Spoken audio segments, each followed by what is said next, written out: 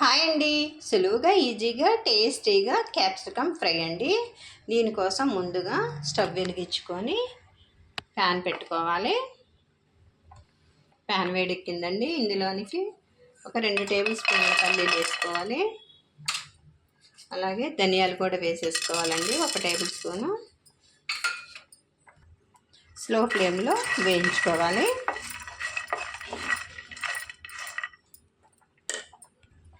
పచ్చిశనగపప్పు కూడా ఒక 2 టేబుల్ స్పూన్లు వేసుకోవాలండి. ఇవన్నీ కూడా మంచి కలర్ వచ్చే వరకు వేయించేసుకోవాలి.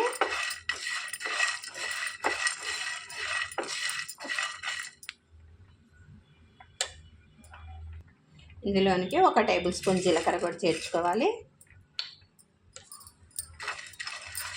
ఇవి కూడా మంచి రంగు వచ్చే వరకు వేయించేసుకోవాలి.